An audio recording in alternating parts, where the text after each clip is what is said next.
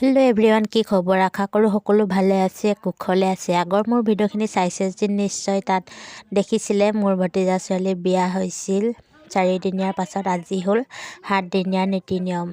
মানে 7 দিনৰ কৰিবলগীয়া কৰ্মখিনি কৰিলোঁ। সেয়ে ভাবিলোঁ আমাৰনো গাঁৱত 7 দিনত কি নীতি নিয়ম কৰোঁ অকণমান ধৰি ৰাখিবলৈ চেষ্টা কৰিছোঁ আৰু আপোনালোককো দেখুৱাবলৈ চেষ্টা কৰিছোঁ। ব'লকচোন পলম নকৰি আজি ভিডিঅ'টি আৰম্ভ কৰোঁ।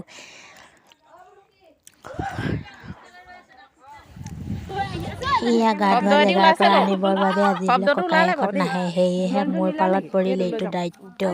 আৰু কইনাগৰাকীক লৈ এনেদৰে 3টা পাক মাৰি কইনাক বহা জেগাৰ বাবে লৈ আহিলোঁ। যেই হওক ছোৱালী যিমানে ডাঙৰ মোৰ সমানে যেনে তেনে কিবা কৰি আৰু দাঙি আনিলোঁ যেনিবা। ফাইনেলি এয়া ছোৱালীক ৰভা তলত বহাই দিলোঁ। যিহেতু আজি 7 দিনীয়া গা ধোৱা, সেয়েহে বহুত ডাঙৰ ৰভা নহয়। 7 দিনীয়া গা ধোৱা বুলিলে আমাৰ এইখিনিত যথেষ্ট মহিলাসকল আহে, মানুহ হয় আমাৰ ঘৰত। 7 দিনীয়া বিয়া দিনা 4 দিনীয়া যিমান হয় 7 দিনীয়া গা ধোৱাটোৱে সিমানখিনিয়ে হয়। আৰু ফাইনেলি এতিয়া এইখিনিত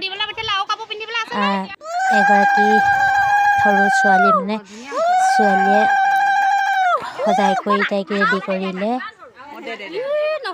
মানে মেকআপটোহে কৰিছে। আৰু তাৰ পাছত এয়া সম্পূৰ্ণ আকৌ ৰভা তলত কাপোৰ পিন্ধাই, এয়া হ'ল আমাৰ ভনীয়েক টিকলি। আৰু এইফালে ৰেডি হৈ গ'ল আজি আমাৰ কইনা সজাই কৰি একদম আজৰি হৈ গ'ল। আৰু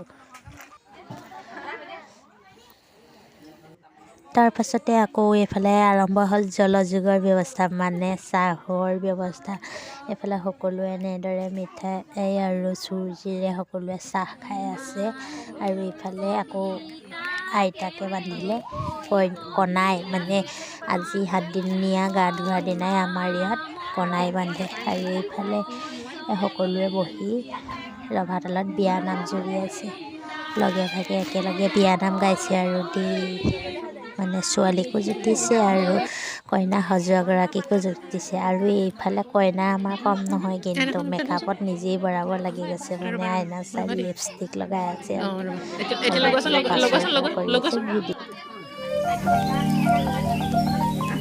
তেনেকে থাকা দেখিছা নাই তুমি নিজে? চেলফি লোৱা নাই, মিৰৰ ভিডিঅ' হৈ আছে।